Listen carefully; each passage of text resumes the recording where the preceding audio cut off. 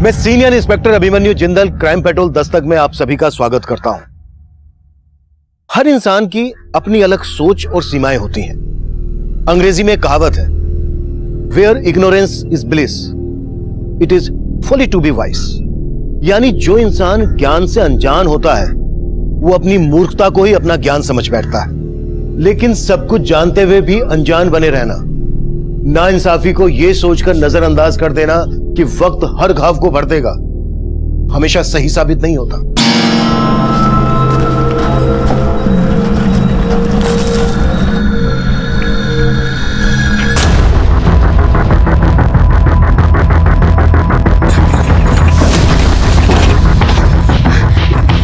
भैया जल्दी करो, जल्दी करो। अरे कौन हो भाई? भैया जल्दी गाड़ी भगवा, 3-4 लोग मेरे पीछे पड़े। अच्छा जी, फिर तो सही गाड़ी में बैठी हो। शताब्दी राजधानी सबको पीछे छोड़ देंगे, नहीं तो नाम बदल देंगे। जय बजरंगबली।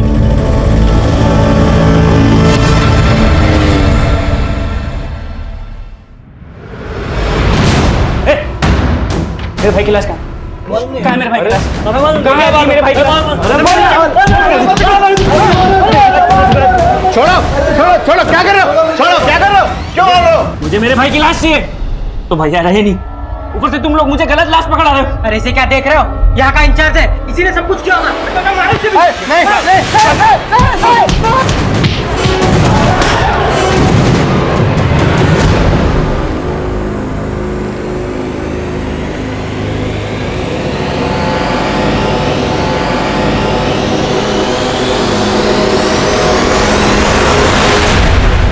सही में गुंडा लोग ने पगलेठी होगा। बताइए, इतनी सुंदर लड़की को मारना चाहता है। अरे जिस पे जान लुटाना चाहिए उसको मारना चाहता है। बताइए, धरती पे ऐसा पगलेट मिलेगा कहीं?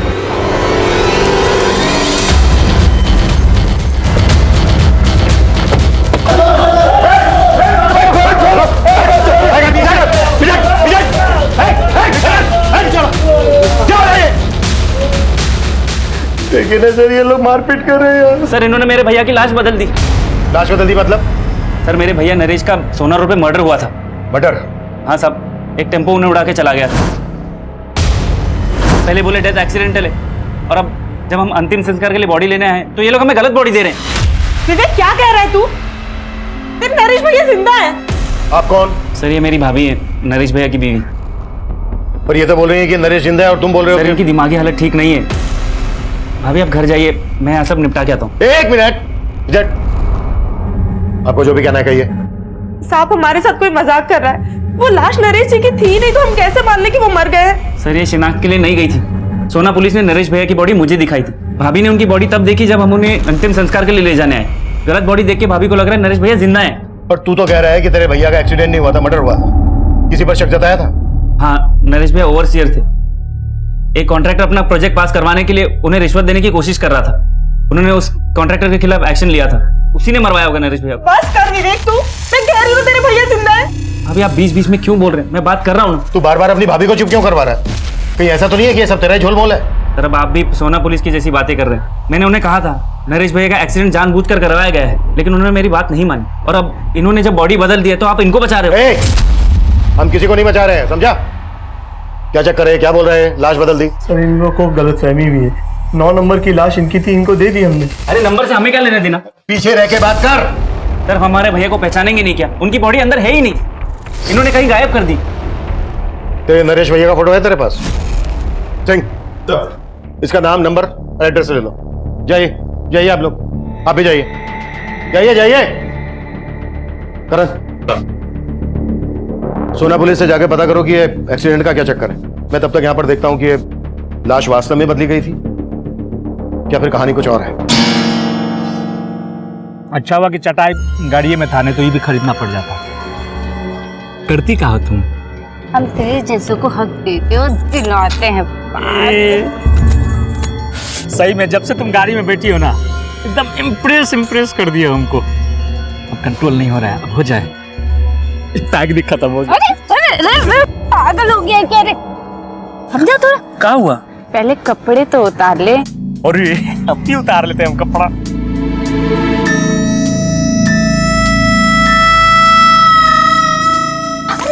तो अब क्या हुआ? मुझे भी तो कपड़े उतारने दे। अरे तो जल्दी उतारो ना, जल्दी उतारो जल्दी उतारो। अरे कपड़ा लेके कहाँ जा रही हो? ले आ साले, बहुत हक चाहिए था ना तुझे। अब देखी तुझे हक, कुत्ता कमीना कहीं का। मेरी इज्जत लूटना चाहता था तू, मेरी इज्जत। लूट कहाँ रहे थे? हक तो तुम ही दे रही थी ना, हम मांगने गए थे हक। अब आ बाहर कमीना तू। ले कमीना कुत्ता कहीं का साला। साला क्वार्टर पी के चली गई है।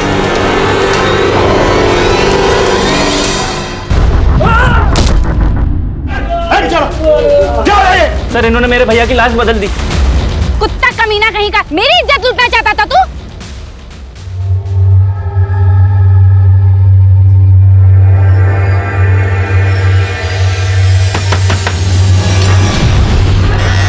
हाँ बोलिए। कौन है तू और मेरे घर में क्या कर रही है? ये मेरा घर है। ये मेरे पति का घर है। क्या है मेरा पति? चिंटू के पापा, जरा हट। चिंटू के पापा जरा बाहर निकलना। चिंटू के पापा, चिंटू के पापा जरा बाहर निकलना।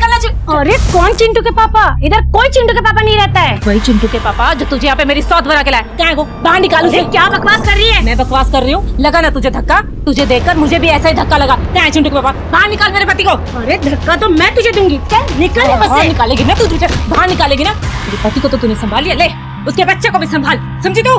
अरे एक रुक, लेकर जा तेरे बच्चे को। हुआ क्या? वो तो आप बताएंगे। ये कह रही कि ये आपकी बीवी है और ये बच्चा आपका है। नहीं नहीं नहीं नहीं नहीं बहन जी, मैं इनकी बात नहीं कर रही थी। मैं तो अपने पति किशोर की बात कर रही थी। वो क्या है कि 6 महीने पहले मैं अपने पति के साथ यहाँ रहती थी।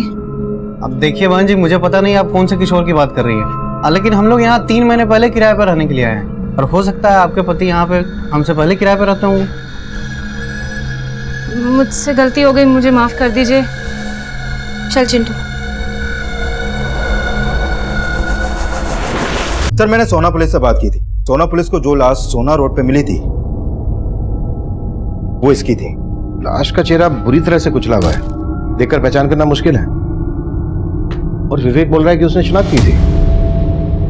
सर सोना पुलिस ने वहां के लोगों से पूछताछ की तो सामने आया कि एक्सीडेंट नरेश का ही हुआ था और वो उन्हें एक्सीडेंट नहीं बल्कि सुसाइड लग रहा था। सुसाइड?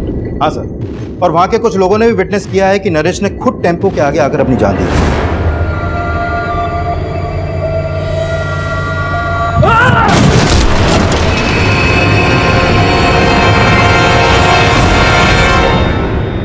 एक तरफ सोना पुलिस को कई ऐसे आई विटनेस मिले थे जिन्होंने नरेश को सुसाइड करते हुए देखा था, वहीं दूसरी तरफ नरेश का छोटा भाई विवेक बोल रहा था कि नरेश का मर्डर हुआ था और नरेश की पत्नी मालती का मानना था कि नरेश मरा ही नहीं, जिंदा है। और इन सब बातों के बीच नरेश की लाश बदले जाने का मामला हमारे सामने आया। इस केस में दोहरे मापदंडों को देखते हुए ये केस पूरी तरह से हमें सौंप दिया गया और हम सबसे पहले उस कॉन्ट्रैक्टर रिद्धेश सोलंकी से मिले जिस पर नरेश की हत्या करवाने का शक जताया जा रहा था। सर आप बेकार में मुझ पर शक कर रहे हैं। नरेश की मौत से मेरा कोई लेना देना नहीं है। हमने पता किया है, तुमने नरेश को रिश्वत ऑफर की थी अपना प्रोजेक्ट पास करवाने के लिए। सर हर कॉन्ट्रैक्टर ऐसा नहीं होता है। आप पहले नरेश के बारे में पता तो कीजिए। वो दिमाग से खिसका हुआ है, दिमाग की बीमारी की दवाई भी लेता था। अच्छा सर मैं झूठ नहीं बोल रहा हूँ, गुस्सा तो उसकी नाक पे चढ़ा रहता था और मैंने तो बस मिठाई का डब्बा उसको भेजा था। उसे लगा कि उस डिब्बे में पैसे हैं और बस इसीलिए उस प्रोजेक्ट से उसने मेरा पत्ता साफ कर दिया। और तुमने उसी को साफ कर दिया? सर ये आप क्या कह रहे हैं? वहां पर सभी लोगों ने देखा था कि उसने सुसाइड की थी और सर इस तरह आप मुझ पर ब्लेम नहीं कर सकते हैं। किसने क्या कहा, किस मकसद से कहा, ये हम इन्वेस्टिगेट कर रहे हैं और अगर कुछ भी मिला ना तेरे खिलाफ तो अगली मुलाकात रिमांड रूम में होगी और वहां पता चलेगा कि टॉर्चर क्या होता है। चल निकल चल। करण ये कह रहा है कि नरेश की दिमागी हालत ठीक नहीं थी। नरेश का भाई विवेक कह रहा है कि उसकी भाभी की दिमागी हालत ठीक नहीं है। दोनों को दिमागी प्रॉब्लम। नरेश का हमें स्टेटमेंट ऑफ माइंड समझना होगा। नरेश के भाई विवेक पर भरोसा नहीं कर सकते। एक काम करो, नरेश की बीवी को थाने बुलाओ। सर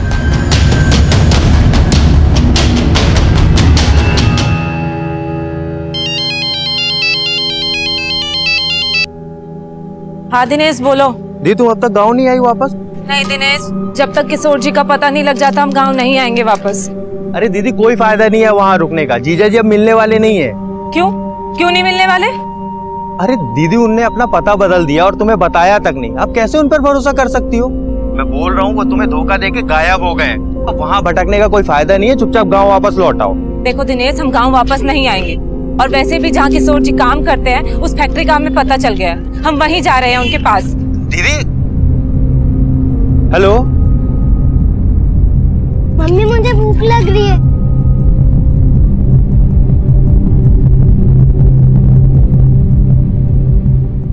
ये देखो तुम्हारा पसंदीदा चाइनीज।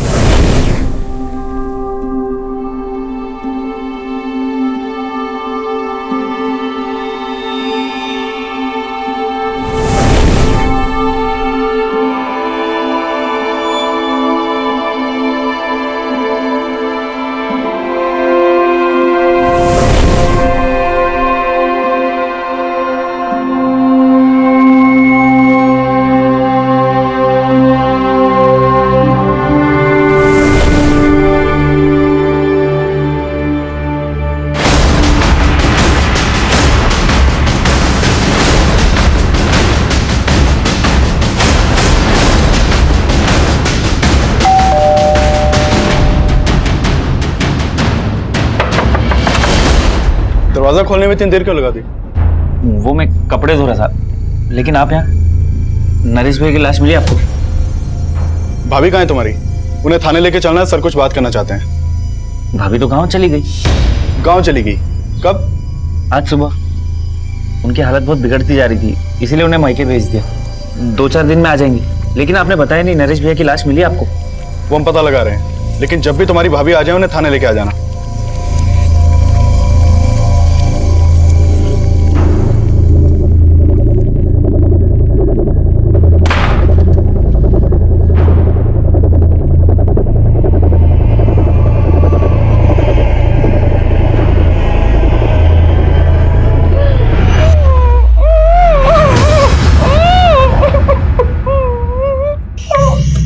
ज्यादा आवाज निकालने की कोशिश मत करो, वरना भैया की तरह आपके भी प्राण निकल जाएंगे।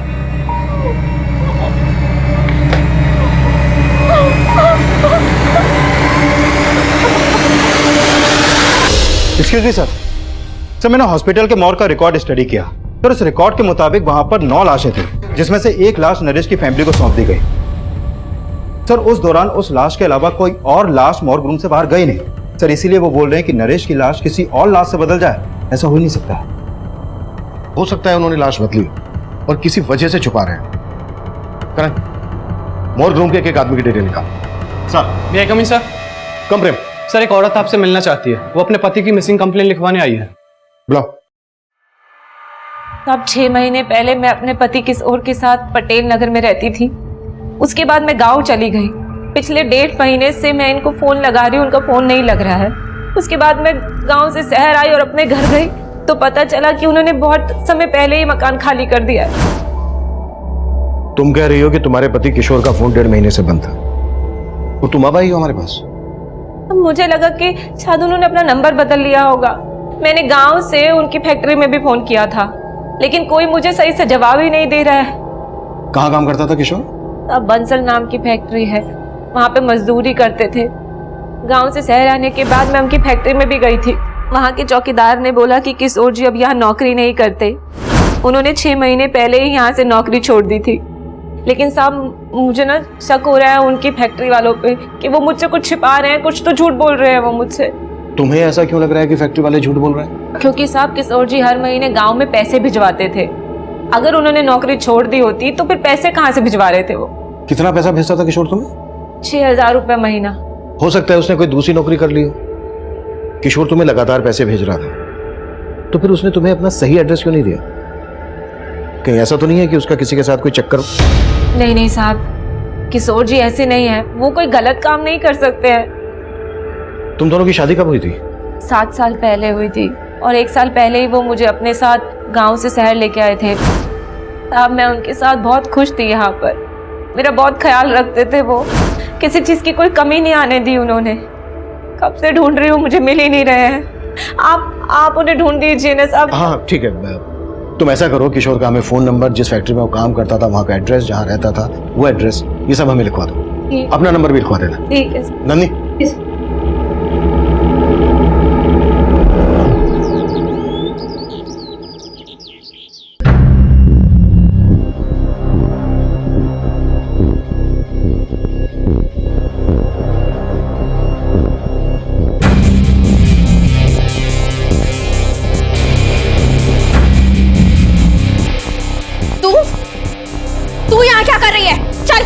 यहाँ से। अरे कहाँ हुआ खुशबू, क्या शोर मचा रही हो?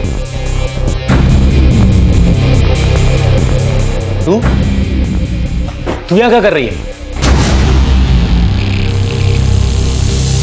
तुम क्या देख रहे हो? आरती उतारोगे क्या इसकी? निकालो बाहर इसे। ऐसे नहीं मारेगी, चल निकाल। छोड़ो, छोड़ो मुझे, कहाँ लेके जा रहे हो तुम? मुझे तेरी जगह दिखाने। छोड़ो मुझे, छोड़ो। बोला ना, चल।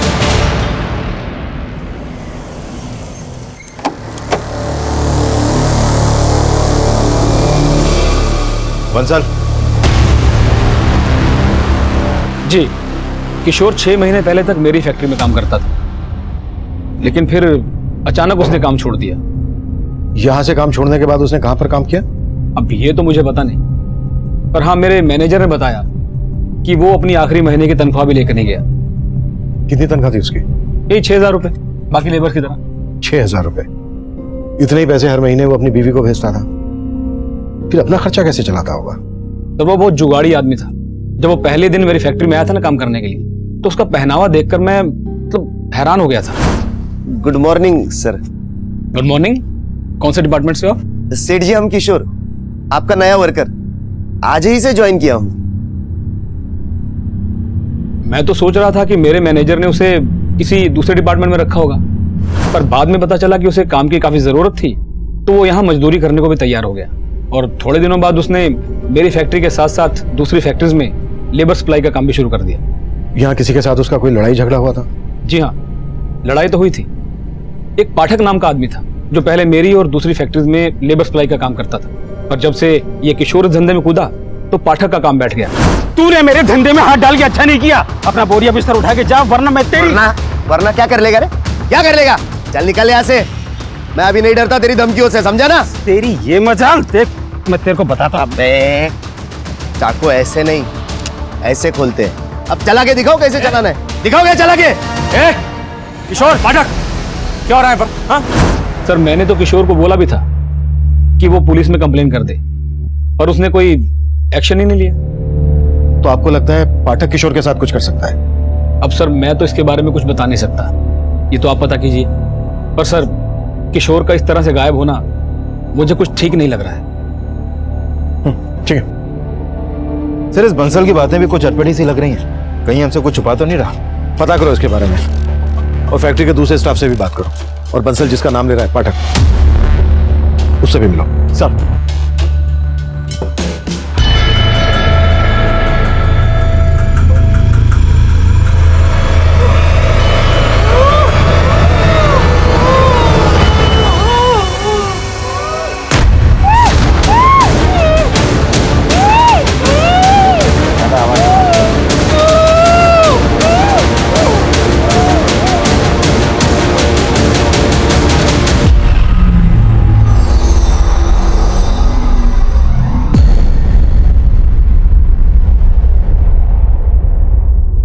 दीदू फालतू में जीजा जी के लिए आंसू बहा रही है।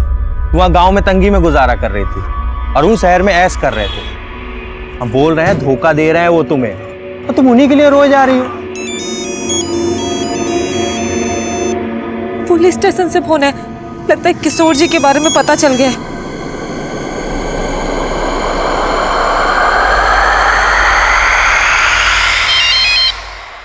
हाँ सिंह। सर, मैंने पाठक के बारे में पता किया। वाकई किशोर से उसका 36 का आंकड़ा था। उठा लाओ। सर, वो काफी दिन से गायब है। सर, गुरुग्राम रेलवे स्टेशन के पास उसकी एक दुकान है, लेकिन दुकान भी काफी दिन से बंद पड़ी है। किशोर फिलहाल कहाँ रह रहा था, कुछ पता चला? सर, उसका मोबाइल नंबर उसके पुराने एड्रेस पे रजिस्टर्ड है, लेकिन सर वो घर उसने 6 महीने पहले ही छोड़ दिया था। किशोर अपनी वाइफ को हर महीने पैसे ट्रांसफर करता था। उसके बैंक अकाउंट से उसका एड्रेस पता करो। ओके? जय हिंद सर। जय हिंद। सर, मैंने किशोर की बीवी से बात की। वो पाठक के काम से जुड़ी कोई भी बात नहीं जानती है। नरेश की बीवी आने वाली थी, कब आ रही है? हाँ सर, विवेक ने बोला तो था कि वो कल गांव से आने वाली है। और सर, इस मॉग इंचार्ज के बारे में भी कई बातें पता चली हैं। जैसे? उसके कॉल रिकॉर्ड में एक सस्पिशियस नंबर मिला है जो कई दिनों से बंद है। किसका नंबर है? सर, वो नंबर इस महेश नाम के लड़के का है। इसके घर में भी ताला लगा है। और सर, मैंने इस मॉग इंचार्ज के घर पे भी नजर रखवाई थी। सर, इसका लिविंग स्टैंडर्ड काफी हाई है। जितनी आमदनी नहीं है उससे ज्यादा तो खर्चे हैं इसके। मैंने भी नोटिस किया था। काफी महंगा स्मार्टफोन था उसके हाथ में, वो चैन सा पहने रहे। एक मॉर्ग इंचार्ज के पास इतना पैसा, कुछ तो है जो ठीक नहीं है। करण, उठा लो और तोड़ो। सब बोलता हूँ सब बोलता हूँ साहब।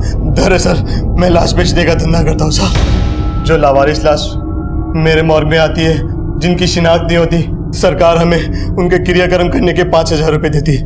वो पैसे मैं जेब में रख लेता हूँ और लाश बेच देता हूँ साहब। किनको बेचता वो लाश? प्राइवेट मेडिकल कॉलेजेस को साहब। वो रिसर्च करने के लिए लाश खरीद लेते हैं। ये नरेश की लाश कहाँ है? वो गलती से मेडिकल कॉलेज चली गई, वहां दूसरी लाश जानी थी। कौन सी लाश? महेश नाम का एक लड़का है जो मुझे वो लाश सप्लाई करता है जिनका कोई रिकॉर्ड नहीं होता। कुछ दिनों पहले उसे एक लाश मिली थी जिसे मैंने 10,000 रुपए में खरीदा। महेश का मिलेगा अभी? सर वो पता नहीं, जब से उसे इन सब का पता चला है तब से वो गायब हो गया सब। हॉस्पिटल चल के वो लाश हमें दिखा अभी। और हाँ, उस मेडिकल कॉलेज का नाम क्या है?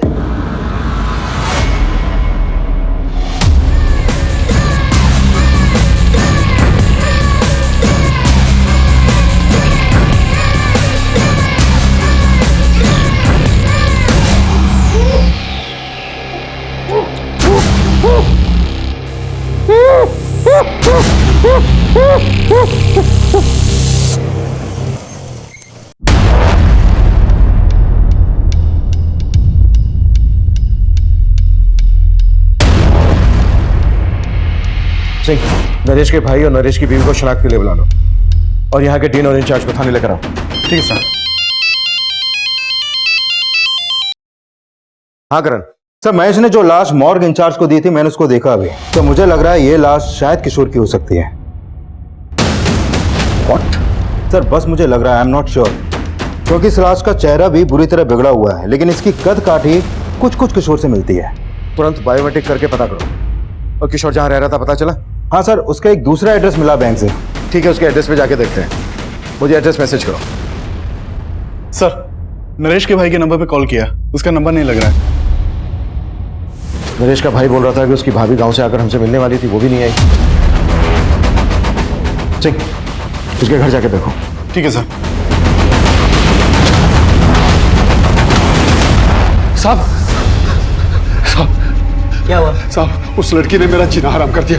कौन लड़की? साहब उसने मेरे घर से गहने जेवर सब चुरा लिए और मुझे बांध के भाग गई। अरे वो तो ठीक है, लेकिन ये बताओ कौन है वो लड़की? वो इनकी बेटी है सर, और वो कोई नहीं, वो मैं हूं। ये रहे वो गहने जो मैंने अपने ही घर से चुराए। मैंने इनको यहाँ भागते हुए देखा तो मैं भी यहाँ आ गई, क्योंकि इससे पहले ये मेरे खिलाफ कुछ बोले तो मैं अपनी बात आपके सामने कोई बात नहीं साहब, चोर है तू, पकड़ लो साहब इसको। भागी नहीं जा रही हूँ मैं कहीं। सर पहले आप मेरी बात सुन लीजिए, अगर फिर भी लगे कि मैं गलत हूँ तो कर देना मुझे अंदर। ठीक है, बोलो। बेटी हूँ मैं इनकी, और इनकी जायदाद पर कानूनी मेरा भी अधिकार है, लेकिन इनके बेटे और इनकी बहू यानी मेरे भैया और भाभी मुझे मेरा हक देना ही नहीं चाहते। कहते बाप की संपत्ति में बेटी का कोई हक ही नहीं होता। और जब मैंने कहा कि मैं कोर्ट का दरवाजा खटखटाऊंगी तो मेरे इस बाप और जो घर में बैठा है भाई, इन दोनों ने मेरे साथ बहुत ज्यादती की।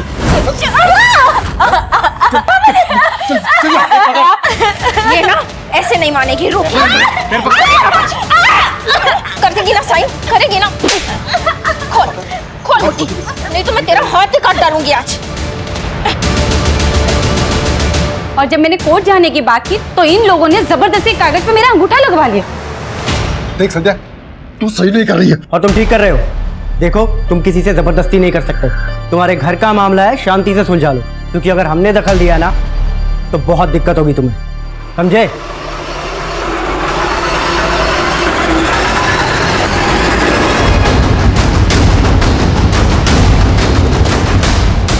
सर, यही किशोर का घर है, लेकिन पड़ोसियों से पता चला है कि कई दिनों से यहाँ पे ताला लगा है।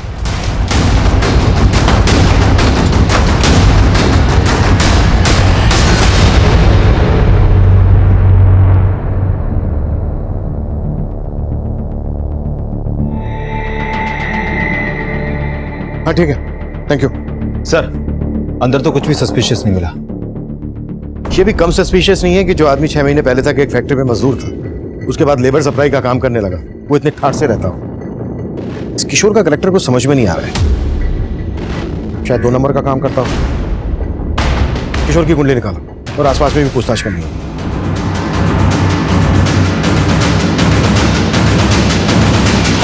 सर किशोर क्या करता था ये तो नहीं मालूम मुझे, लेकिन काफी धाकड़ आदमी था। लोग महंगी महंगी गाड़ियों से आते थे यहाँ।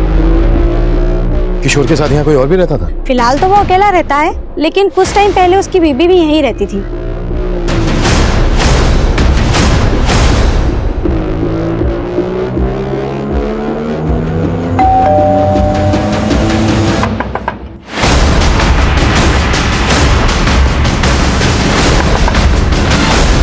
सर आप? ये हमेशा दरवाजा देर से क्यों खोलता है तू? वो तेरा फोन क्यों नहीं लग रहा है? सर शायद मेरे फोन की बैटरी डाउन हो गई होगी, मैं तो सो रहा था सर। अच्छा, भाभी कहाँ है तेरी? सर गांव से आ गई क्या? सर वो भाभी तो हरिद्वार चली गई भैया के आत्मा शांति की पूजा के लिए। अच्छा, आत्मा शांति की पूजा। तेरी भाभी तो मान नहीं रही थी कि तेरे भैया मर चुके हैं और अभी हरिद्वार पहुंच गई आत्मा शांति की पूजा कराने। सर चल देखने दे। बताइए ना। अरे तो पीछे हट। सर पूरा घर चेक करो। सर हुआ क्या? अरे तो देखने दे, हट पीछे। यार पीछे हट। सर कुछ नहीं है। हाँ चल चेक तो करने देना, चुप रह। साइड हो। सर कुछ नहीं है। साइड हो तो साइड हो, देखने देना।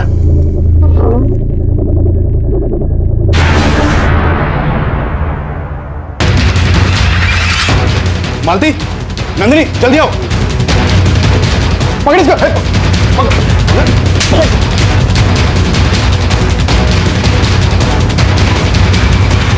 अब पकड़ो इसे, सिर्फ मेरे पति को मारा है।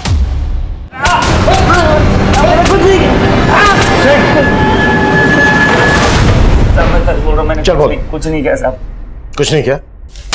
साहब मैंने कुछ नहीं किया साहब, मैंने कुछ नहीं किया। सिंह उल्टा लटकाओ इसको। साहब रुको साहब बता रहा हूँ, सच बता रहा हूँ साहब। चल बोल। अब मैंने सच्ची अपने नरेश भैया को नहीं मारा, लेकिन हाँ उनकी मौत के बाद उनकी जायदाद का लालच हो गया था मुझे। लेकिन मौज वालों ने गलत बॉडी दी थी, मैं तो वो लाश लेके भी चला देता, लेकिन भाभी बोलने लगी वो लाश नरेश भैया की नहीं है। लेकिन तूने अपनी भाभी को किस मकसद से बंधक बना के रखा था? अब भाभी पहले से ही पागल थी और उस दिन के तमाशे के बाद मेरा दिमाग खराब हो गया था। मैंने सोचा उन्हें दबा दे के पूरा पागल कर दूं और खुद अकेले सारी संपत्ति का मालिक बन जाऊं। हो सकता है इसी मकसद के लिए तूने अपने भाई का एक्सीडेंट करवाया हो। नहीं साहब, इसमें मेरा कोई हाथ नहीं। मेरा यकीन कीजिए, मैंने अपने भैया को नहीं मारा।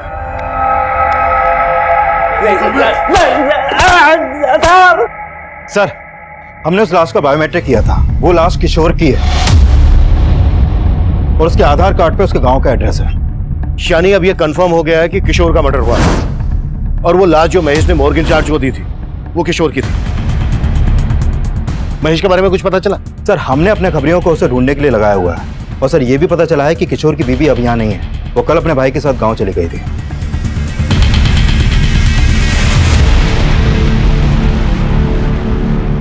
दीदी, खैर जो हुआ सो हुआ, भूल जाओ। हमको तो बस एक ही बात का डर है, अगर पुलिस वालों को उन बातों का पता लगा ना तो सिर्फ हम पर नहीं आप पर भी शक करेंगे। इसीलिए हम मना किए थे मत जाओ पुलिस वालों के पास।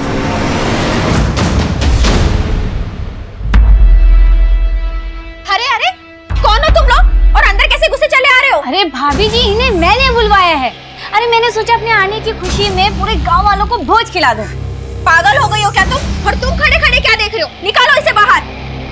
अरे ये मुझे नहीं निकाल सकते। अगर इन्होंने मुझे निकाला ना तो तुम सब के सब जेल जाओगे। क्यों पापा जी? देख संध्या, तू चाहती क्या है? हिस्सा। चल दे दिया तुझे हिस्सा, मैं तुम्हें लिख के देता हूँ। पापा जी, अब मैं लिखे विखे पर भरोसा नहीं करूंगी। हाँ एक काम करते हैं, ये घर आप सब रख लो, लेकिन इस घर की आधी कीमत यानी कि 20 लाख रुपए कैश मुझे दे दो, कर लेते हैं समझौता। 20 लाख? भाभी जी, अगर 20 लाख नहीं दिए ना तो कोर्ट कचहरी पुलिस ये सब। पापा जी, भाभी जी तो नहीं समझ रहे, लेकिन आप तो समझ रहे हैं ना।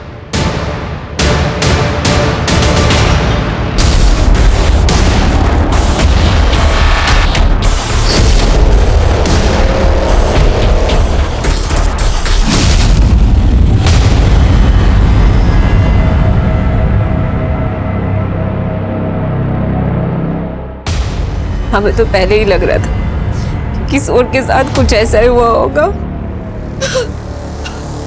तो तुम मान रही थी कि किशोर का मर्डर हुआ था? इसे जानती हो? कौन है ये? हमें शक है कि किशोर के मर्डर में इसका हाथ है, लेकिन किशोर को मरवाने में दिमाग किसी और का है। सर किसकी बात कर रहे हैं आप? हमें यह भी पता चला है कि किशोर गुरुग्राम में एक आलीशान बंगले में रह रहा था अपनी बीवी के साथ। बीवी के साथ? सर,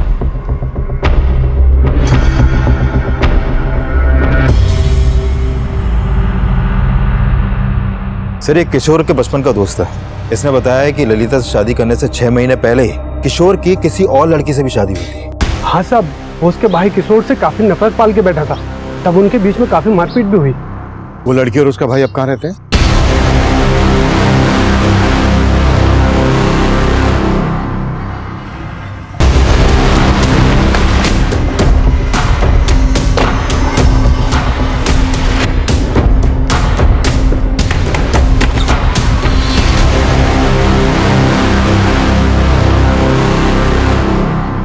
दिए थे हम धमकी किशोर को। मेरी बहन से दूर रहना, मैं जान से मारेंगे। देखो ये चल। उसके बावजूद वो हमारी बहन को भगा ले गया। लेकिन सर इस बात को सालों बीत चुके हैं, अब ये सब क्यों पूछ रहे हैं आप? क्योंकि किशोर का मर्डर हुआ है और पता चला कि किशोर नहीं बल्कि तुम्हारी बहन संध्या उसको अपने साथ लेकर भागी थी और शहर जाकर किशोर को छोड़ के वो फिर से किसी और के साथ भाग गई। और अभी 6 महीने पहले वो वापस किशोर की जिंदगी में आई और अभी रिसेंटली उसको किशोर के साथ गुरुग्राम के एक घर में देखा गया और उसी के बाद हमें किशोर की लाश मिली। कहाँ है संध्या? सर हमें नहीं मालूम। मालूम नहीं है, कहीं छुपा के रखा है सर। अरे सर हम क्यों छुपाएंगे, हम तो उल्टा उससे पीछे छुड़ाना चाहते थे। आई थी वो यहाँ, लेकिन 6 महीने पहले।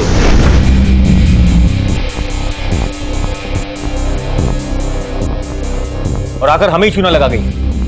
ये घर आप सब रख लो, लेकिन इस घर की आधी कीमत यानी कि 20 लाख रुपए कैश मुझे दे दो। ये लो। थैंक यू पापा जी। नाराज हो, कोई बात। भाभी आप मेरी नजर उतारने वाली थी ना? हाथ कीजिए, ये लो मेरे नाम पे भोज खा लेना। संध्या यहाँ से कहाँ गई थी? जी सर हमें कुछ नहीं मालूम और हम मालूम भी नहीं करना चाहते वो कहाँ है। आपको उसके साथ जो करना है आप कीजिए।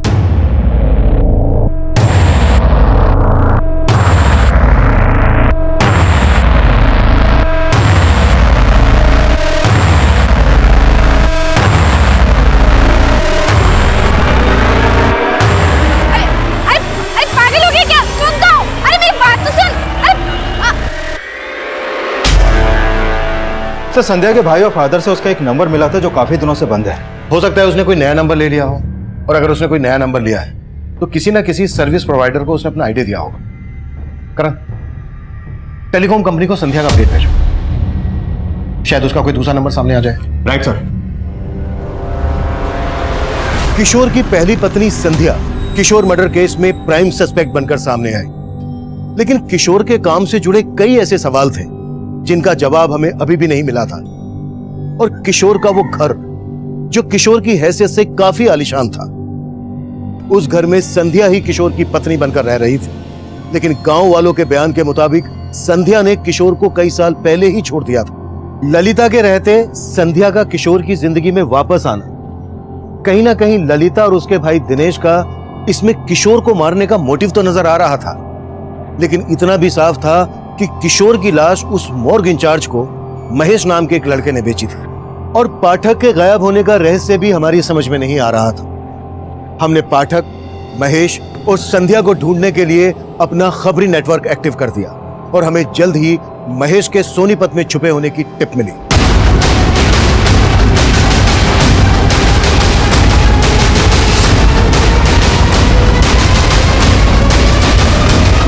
साहब मैंने कुछ नहीं किया साहब। साहब मैंने कुछ नहीं किया साहब। साहब मैंने किशोर को नहीं मारा, मैं जानता तक नहीं कि उस आदमी का नाम किशोर था। यकीन मानिए साहब, मुझे उसकी लाश मिल गई थी जो मैंने मॉर्ग इंचार्ज को भेज दी। बस। कहाँ मिली थी लाश?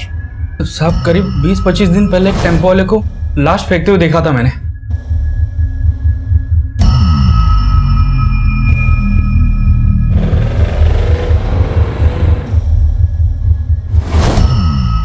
कौन था टेम्पो वाला?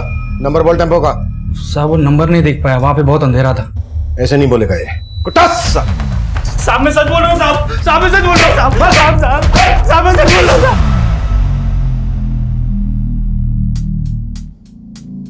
साले सब कमीने निकले। एक तो ये सच्चा मर्द निकला जिसने मुझे धोखा नहीं दिया। लेकिन तुम बहुत दी यार, साला बीच जंगल में नंगा करके भाग गए। लेकिन वापस आके तेरा घर भी तो बसाया। हाँ ठीक है, फाइल तैयार करो। ओके सर, एक मोबाइल सर्विस प्रोवाइडर ने संध्या के नाम एक नंबर अलॉट किया था। वो नंबर अभी सोनीपत में एक्टिव है।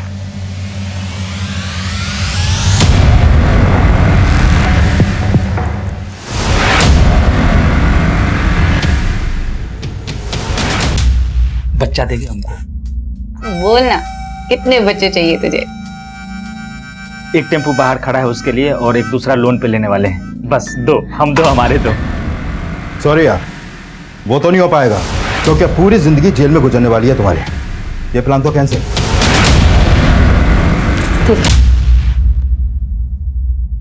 मैंने किशोर को प्यार के जाल में नहीं फंसाया सर, बल्कि सच तो यही कि मैं उससे बहुत प्यार करती थी, लेकिन उसके दिल में मेरे लिए प्यार नहीं।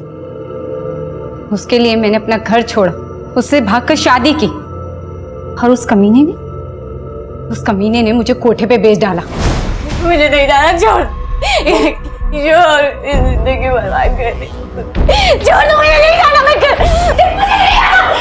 जाना। पूरे 7 साल नरक की जिंदगी जी है मैंने सर। फिर 6 महीने पहले मैं किसी तरह वहां से भाग निकली।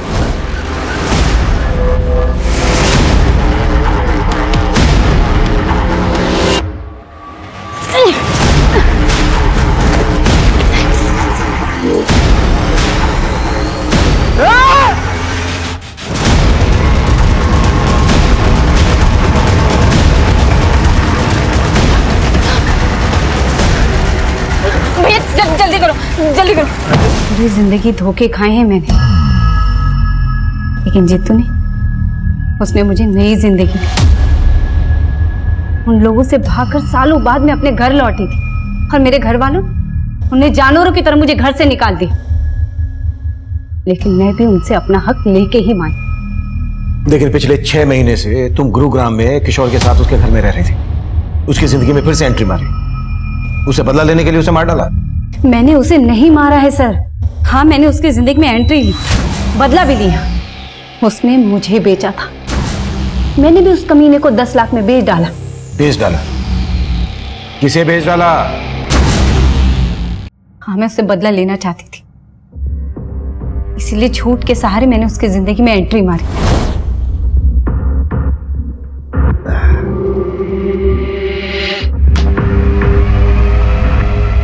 संध्या, प्रिया क्या कर रही है? तूने मेरी किस्मत बिगाड़ी थी ना, लेकिन मैं तेरी किस्मत संवार सकती हूँ। अच्छा? बोला उससे पति मत बन, दल्ला बन जा मेरा। और लालची इंसान तो गधे को भी बाप बना लेता है। फिर उसने तो मुझे झूठी मलिका बना ली। अपने बाबू लोगों को खुश करने के लिए मेरे साथ सुलाने लगा। लेकिन किशोर को किसे बेचा तुमने, ये बोलो। उसके बॉस बंसल को। कायल था वो मेरा, लेकिन अब सहा नहीं जा रहा, बहुत हो गया। इसलिए एक दिन, बंसल जी, मेरी माँ की बहुत तबीयत खराब है, मुझे 10 लाख की बहुत जरूरत है, प्लीज कर दीजिए ना। अब इतने प्यार से बोलोगे तो इंतजाम तो करना पड़ेगा मेरी जान। आप कितने अच्छे हैं ना। और फिर बंसल मेरी बातों में आ गया। बड़ी आसानी से उसने 10 लाख रुपए मुझे दे दिए, और फिर मैंने अपना रंग बदल दिया। संध्या, कहाँ है तू? तू मेरा फोन क्यों नहीं उठा रही? संध्या, तुझे पता है ना तेरे बिना मेरा। आपको आपकी तन्हाई मुबारक हो बंसल साहब, अब मैं नहीं आऊंगी। मतलब तू मेरा 10 लाख रुपए लेके चंपत हो गई? अरे 10 के बदले किशोर भी तो दिया है, उसे रख लो। संध्या, संध्या मेरी बात सुन।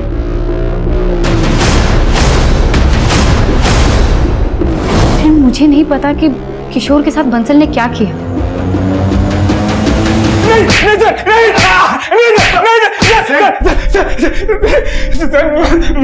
मैंने किशोर को नहीं मारा सर। अच्छा, सर उसकी बीवी मेरे 10 लाख रुपए लेके भाग गई थी सर। तो मैंने उसे अपना कुत्ता बना लिया था सर।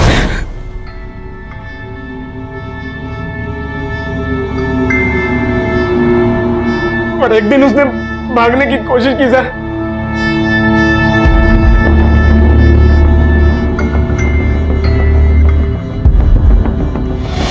किशोर, ए किशोर,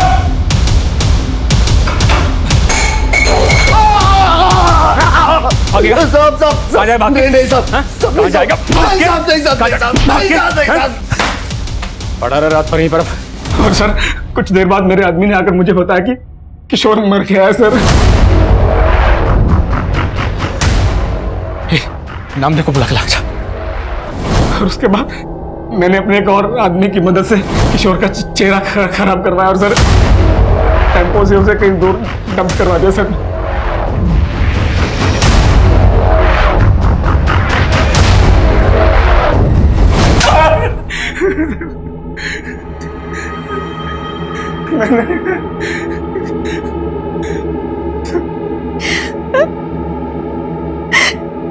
किशोर जी मेरे साथ भी यही सब करते थे। मुझे अपने दोस्त के साथ सुलाते थे।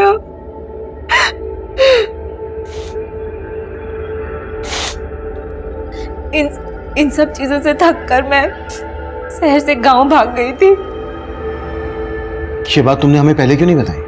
मैं आपको बताना चाहती थी, फिर मैंने सोचा कि एक बार मुझे किशोर जी का पता चल जाए कि वो गायब कहाँ है। किशोर के चरित्र से जुड़ी बातें जो हमारे सामने आई, उस लिहाज से वो कभी भी किसी की भी नफरत का शिकार बन सकता था। वो जो करता आ रहा था वो पूरी तरह से गैर कानूनी था, अनैतिक था। उसके द्वारा किए जा रहे अपराध हर मोड़ पर दस्तक दे रहे थे, लेकिन ललिता ने इन दस्तक को पूरी तरह से नजरअंदाज किया।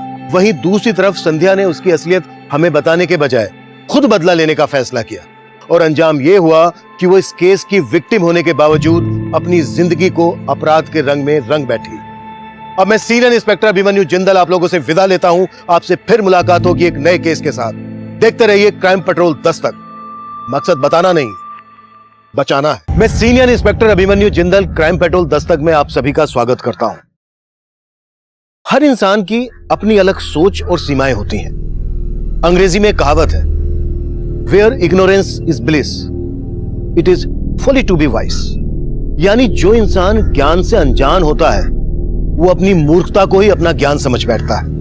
लेकिन सब कुछ जानते हुए भी अनजान बने रहना, नाइंसाफी को यह सोचकर नजरअंदाज कर देना कि वक्त हर घाव को भर देगा, हमेशा सही साबित नहीं होता।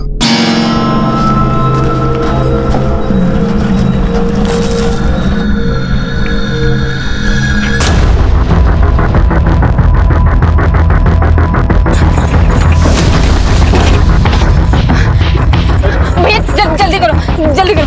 अरे कौन हो भाई? भैया जल्दी गाड़ी भगवा, 3-4 लोग मेरे पीछे पड़े। अच्छा जी, फिर तो सही गाड़ी में बैठी हो। शताब्दी राजधानी सबको पीछे छोड़ देंगे, नहीं तो नाम बदल देंगे। जय बजरंगबली।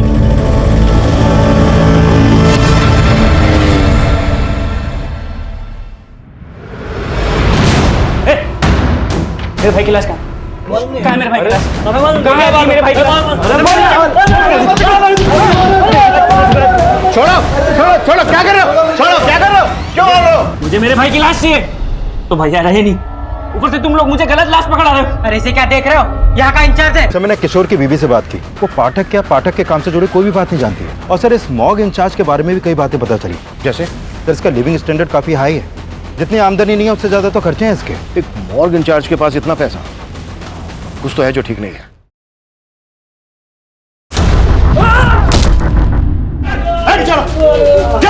सर इन्होंने मेरे भैया की लाश बदल दी। कुत्ता कमीना कहीं का, मेरी इज्जत लूटना चाहता था तू?